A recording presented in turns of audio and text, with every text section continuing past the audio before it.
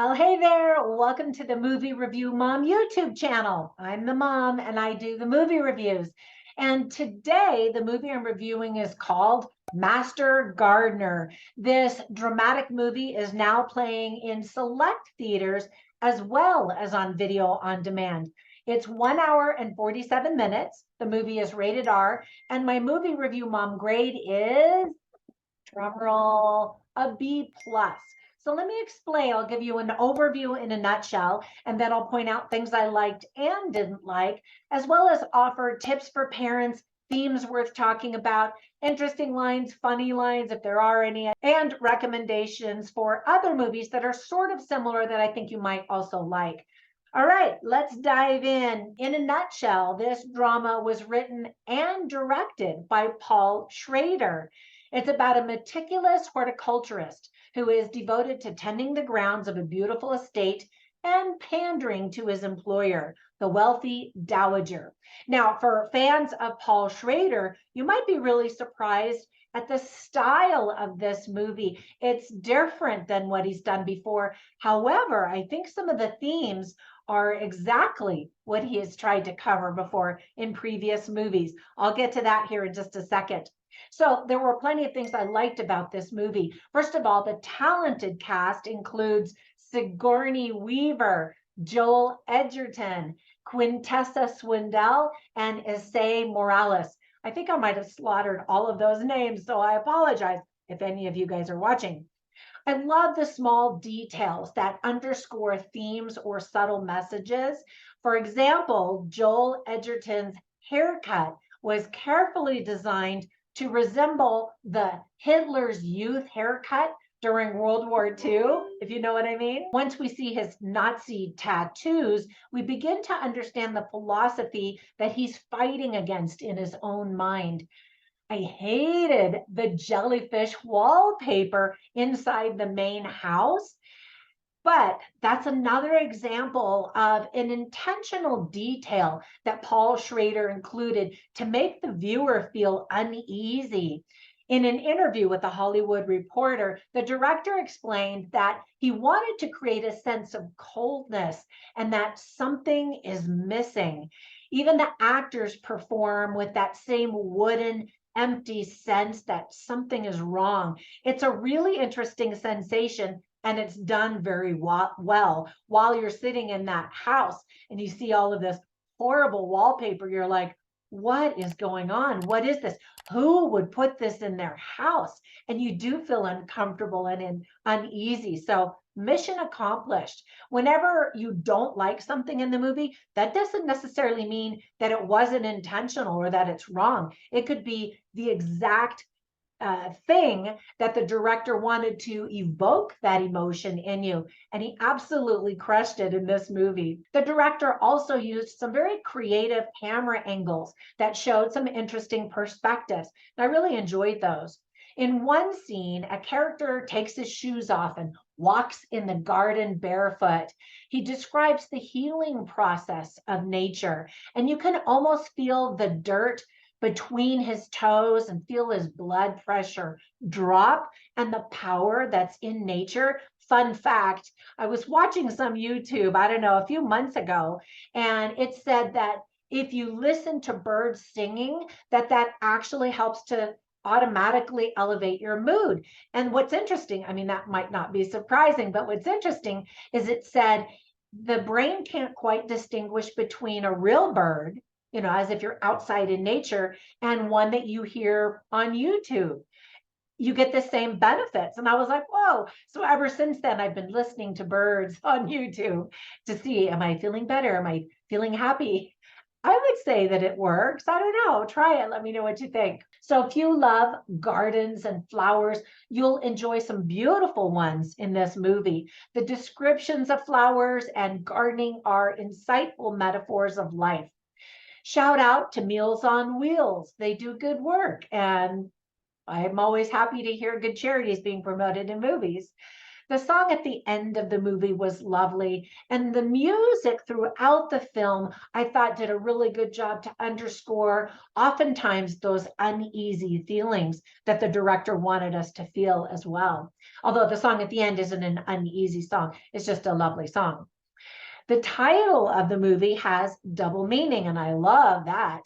We know master gardeners to be people who have trained in some certification program as experts in gardening and horticulture. Years ago, when I first got married and lived in Georgia, I was going to go through a master's program, or, to be a master gardener, because I was totally getting into it. But then I got pregnant, was having babies, and never had the time, even though I grew some amazing gardens, not because of me, but because we had some incredible soil shipped in. Well, it wasn't shipped in, trucked in from a barn in the nearby town. And it just made all of the difference. But I digress. Back to this movie. The word master in the title refers to a master gardener, of course, but it also connotes that Nazi philosophy that the Aryans are the master race and everyone is inferior. And there's a look on a character's face when she sees, actually two women see these tattoos, these Nazi symbols on somebody, and one of them is kind of intrigued, like, yes, we are superior. And then the other one, of course, is horrified because of her race. I don't want to give everything away. But anyway, it was just really fascinating. Watch their facial expressions as you see them see the tattoos on this one particular character. So this is the kind of movie that some people will skim over saying it was just okay. But if you were told the deeper meaning behind the director's intentional choices for various things, I think you would be much more impressed. That's absolutely true when it comes to fine art. If you go to a museum, you just walk by and go, okay, yeah, whatever, I don't get it. But if you study or take a humanities class, then when you see the actual art piece, you're like, oh, there it is, and it's so much more meaningful to you. And so I think that this movie falls in that type of a category. It's kind of an artsy fartsy movie in that regard. So now on the list, oh, wait, here are some other things. I was starting to tell you things I didn't like. But before I leave the list that I do like, let me add these. One is the color palette. It's pale and muted, kind of to allow the colors to pop in the garden and the flowers to really take center place. It also asks the question in a muted fashion about whether or not a former drug addict and a hater could ever see the true beauty in the world. And in fact, I just did another movie called All the World is Sleeping, and that had a very similar color palette. And so check that movie out as well if you're intrigued by that visual idea that when you are addicted, your senses are people who take drugs will say they're heightened, but in reality, they're muted and distorted, and you can't really see reality. Anyway, interesting. Comment down below. Let me know what you think about that. And then another element of the movie is that there really isn't any humor. It's intentionally a drab existence on this estate and in the garden area, except for the beauty in the garden. And that's intentional. There are a few attempts at humor, but this is definitely not a comedy. It's really a serious drama painting, again, that world that just feels uncomfortable. And that is one of the reasons why. All right, so with all of that praise, here is a list of just a few things that I didn't like or just thought could have been done better. The ending of the movie wasn't believable for me, I think, especially because of the nature of Sigourney Weaver's character. Everything we knew up until that point would not make her make the decision that they did. However, there is one element of something new that's going on in her life where I could see her acquiesce and say, I guess that's as good as it's going to get, maybe. I don't know, but I really struggled with that ending. So if you've seen this movie, comment down below and let me know if you bought it, or if, again, you felt like it was off. And maybe that was another intentional decision to make us go, wait, that's not right. So some viewers might get bored because the movie is slow moving and they might wonder, when is anything going to happen? And it does move very slowly and plods along until really just the last maybe 15 minutes of the movie. And then there's some action and you're like, oh, okay, we're taking this to a different level. And then the movie ends and you're like, oh, okay. So look at this movie as a character study, and looking for all of the garden and flower metaphors should keep you busy as well. Ask yourself, what's happening in this scene that's making me feel uncomfortable if you are feeling uneasy? And that could be an interesting exercise as well. All right, so let me give you some tips for parents. This is not necessarily a family-friendly movie. It's not a movie that kids are going to be interested in. And in fact, they'll probably be bored. It's just a bunch of adults talking. We also see a man covered in tattoos. There's profanity, including several F-bombs. We see some violence. There's lots of talk of drug use and drug distribution. We see the silhouette of a naked man and a naked woman. And we know that several unmarried people are having relations, but we don't see the action other than this naked profile silhouette of one of the couples.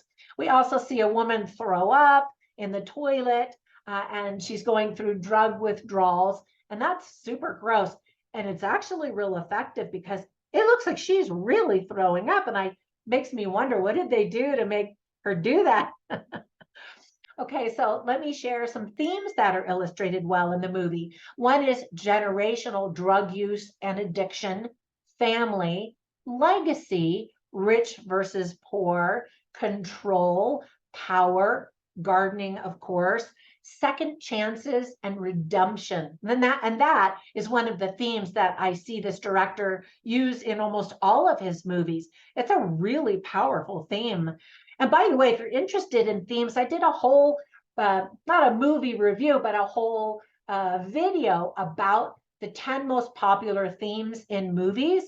Check that one out. Other themes are consequences of actions, racism, guilt, internal peace, which all of us are looking for, and then overcoming and forgiving one's past mistakes. All right, so I always write down funny lines and interesting lines while I'm watching the movie, just so I can share them with you, so you can get a taste of the dialogue and kind of how the movie feels. So I have them all on my written review at moviereviewmom.com. You can go over there, but I'll share a couple of them with you right now. So in the funny line category, Narvel Roth is played by Joel Edgerton, and he says, he's talking about this big flower gala that's going to be held on the estate, and how all of the gardeners have been working very hard to get ready for this big gala event for the matron of this estate who holds this every year, and it's a big ordeal. Anyway, he says, it's always fun to watch grown men in pastel pants outbid each other for a flower. And then one of the other gardeners is Isabel Phelps, and she's played by Victoria Hill. And she says, you can spreadsheet nature. It will only surprise you. And I love that because this master gardener has become quite meticulous about his garden, and he plans everything out. And he also writes about his life and his experiences and lessons learned and compares them to a garden. And I loved that element of the movie. And some of the things that he wrote were very insightful, which leads me to some of the interesting lines. So Sigourney Weaver, and maybe this is a funny line, her character says, money is the best manure. And I thought, actually, that's kind of true, because when we trucked in all of this manure from this barn, it was so rich and it wasn't cheap, but it was so worth it because my garden just loved it. And then another interesting line was spoken by Narvel Roth, played by Joel Edgerton, and he says, gardening is the most accessible form of art. It's already there. And I thought that was such a great line, because you're right, you don't have to go buy well, you have to go buy the plants or the seeds, I suppose, but you could dig things up and just move them around if you wanted to, but that nature provides all of this, which I love. Nature, I love gardens. Okay, I was going to stop, but there's some more lines I wanted to tell you because I thought they were so juicy. So one is also spoken by Joel Edgerton's character, and he asks a certain character, are you satisfied with the life that you have? And he has intentionally tried to make some choices in his life to change the trajectory of his life. And then in another conversation, he says to somebody, the seeds of love grow like the seeds of hate. You know, it's all what you choose to plant. And I thought that was a really powerful quote. Okay, there's one more. This is also spoken by Joel Edgerton, and he says, I thought you should know I was once someone else. And I thought that was interesting because he didn't just say that to everybody. He slowly revealed his past to only a few people.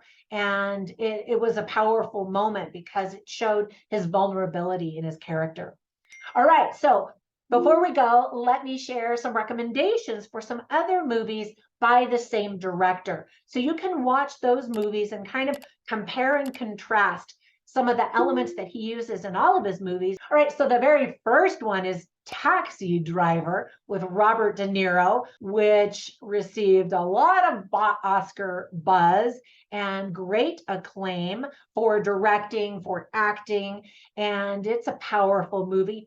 Also about change, choices, redemption, and on and on. It's violent. There's heavy language. Just a heads up, that's not a family-friendly movie. And then another one, same themes, in my opinion, about redemption, change, choices, consequences, is The Counter. And that's a much more recent movie. I think it came out last year, and I did a review. I think I did a review on that one. Anyway, I hope that if you watch this movie, The Master Gardener, that you do appreciate it. And comment down below. Let me know what you think if you do watch it. And when you get a minute, run over to Facebook and join my Movie Review Mom Facebook group, because I often ask questions or do polls or share funny memes and things that just movie lovers like you and I appreciate. Have a fantastic day, and I will catch you in the next one. Bye for now.